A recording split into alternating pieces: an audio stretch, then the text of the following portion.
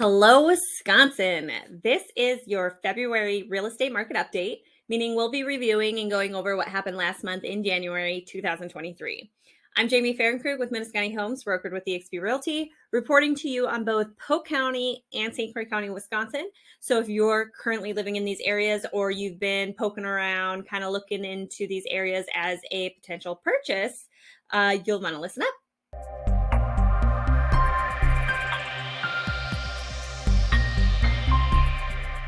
Let's get right to it and talk about prices. The median sales price was about $244,000 for Polk County and $367,000 for St. Croix County.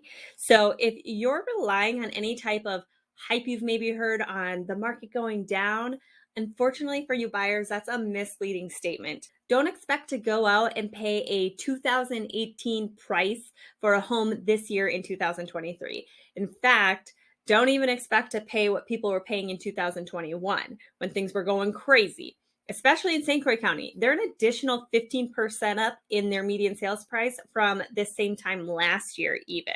So that's a little different from Polk County, Wisconsin. Data is showing that we're actually 12% down from the median sales price last year, but we're still about 15% up from the same time in 2021. So, unless you just bought your home last year and for some reason need to sell this year and you haven't done any sweat equity to the property, you probably wouldn't come out ahead.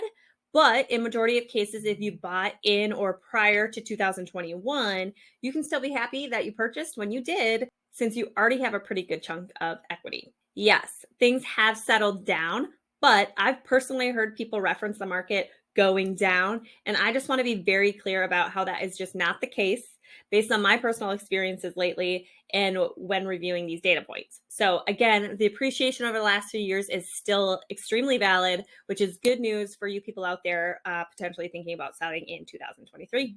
To speak to an additional point on pricing, this graph here is showing the median percent of the original list price homes are closing for. So still hovering very close to and around 100% of list price. This is the median. So that means many homes are still selling above list price too. I personally submitted 2 offers for buyers in January. Both offered a decent amount over the asking price for the home, and they both were outbid by additional buyers submitting on the home. So the homes closed, those homes in particular, both closed for over $15,000 above the list price. So yes, that is still happening. It is still a thing. So if you're thinking that you're going to get out there in the market and kind of throw in some lowball offers, I wouldn't plan on moving anytime soon, as you'll likely not be successful in winning over the seller with that strategy. So I get it. We all want a good deal, but I'm just here to report there are not any discounts going on. So moving on, there were 18 homes in Polk County and 44 in St. Croix County that had successful closings on selling their home. So congrats to you buyers and sellers involved out there with those. Now that's after spending a median of 67 and 58 days on the market respectively to those counties.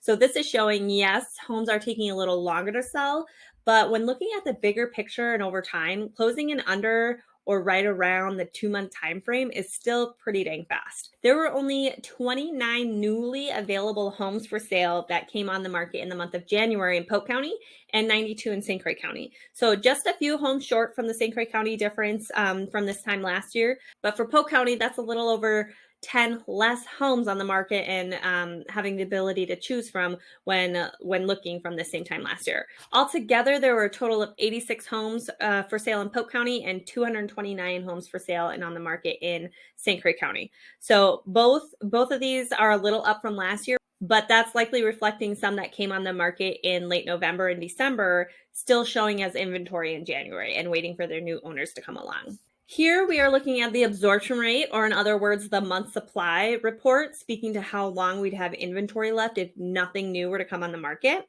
So with hovering just above and below 2 months time, we're still sitting very low on inventory. They say around 6 months is when they'd consider it a balanced market, but I think I think that's a little on the high side. I would probably say more so around 4 months is becoming a little bit more of a fair market. So this here, again, hovering around 2 months time frame, is still showing a very strong seller's market. And reflecting back to the days on market and the price point, it's now more important than ever to seek advice from your trusted real estate person in your life if you're thinking about selling, in order to gauge what you should be listing your home at. List too high and you risk your home sitting on the market for a while and becoming stale, and people start to question, well, what's wrong with it, and naturally wanting to offer less on it. But if you list too low from the beginning, you'll likely be leaving money on the table. So it's really important to kind of be spot on for that from the get-go. Now, if you need a trusted local real estate person in your life, whether you need advice on starting to look at purchasing a home, or are thinking about selling and want maybe want to start with a home valuation or estimate on your home, I'd love to be that person for you and help you out. So please reach out with any of your questions. I hope this has all been good information for you and helpful, so you can maybe start to reflect on your current situation and what might be the best move or not for you. Again, I'm Jamie with Mendocino Homes, your local go-to realtor.